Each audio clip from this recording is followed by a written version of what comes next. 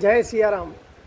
यह मनुष्य का स्वभाव होता है कि कर्म करता है, उसके फल के लिए लगातार चिंता करते रहता है कि इसका फल मुझे मिलेगा नहीं मिलेगा, क्या मिलेगा, मेरा क्या होगा। लेकिन सच बात बताऊं, जितनी चिंता मुझे अपने लिए होती है ना, हमारे प्रभु को हमारे लिए उससे कई गुना अधिक चिंता होती है। एक संत नदी किनारे चले जा रहे थे, उन्हें एक बिच्छू दिखाई पड़ा। पास पड़ी लाठी को उन्होंने उठा लिया कि अगर बिच्छू किसी को हानि पहुंचाएगा तो मैं इसे उसके पहले ही मार डालूंगा। अचानक उन्होंने देखा कि नदी में एक कछुआ निकला। वह किनारे आया और बिच्छू उसके पीठ पर बैठ गया। कछुआ नदी में आगे बढ़ गया।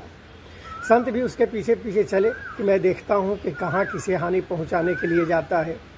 उन्होंने देखा कि कछुआ नदी के उस किनारे गया, बिच्छू उसकी पीठ से उतर करके किनारे की ओर चला गया, कछुआ अपनी जगह चला गया। जब उन्होंने गौर से देखा तो जिस तरफ बिच्छू जा रहा था उसी तरफ एक भगवान का भक्त ध्यान में लगा हुआ था, आंखें उसकी बंद थी। उन्होंने सोचा कि ये तो जा रहा है उसी ओर जिस तरफ भक्त बैठा हुआ है, अगर भक्त को हानि पहुंचाने के लिए सोचेगा तो मैं उसे मार डालूंगा। वे गौर से देख रहे थे। अचानक उन्होंने देखा कि एक बहुत भयंकर सांप कहीं से आ रहा है और बिच्छू उस भक्त की ओर न जा करके जो सांप भक्त की ओर चला जा रहा था उस सांप के गर्दन पर चला गया और अपनी तेज डंक उसको मार डाला। और उस डंक के कारण वह सांप अचेत होकर के गिर पड़ा। फिर बिच्छू वहाँ से चल पड़ा।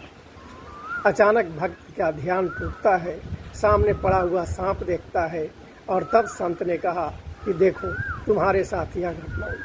बिच्छू आया था, मैं बिच्छू को मारने के लिए पीछे पीछे आया था, लेकिन जो काल बनकर के सांप तुम्हारा आया था वही सांप को इस बिच्छू ने समाप्त किया है।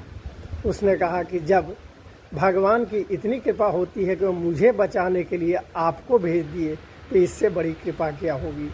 इसलिए हम यह विश्वास रखें कि परमात्मा हमारे लिए बहुत कुछ सोचता है और जो भी सोचता है हमारे लिए सही सोचता है।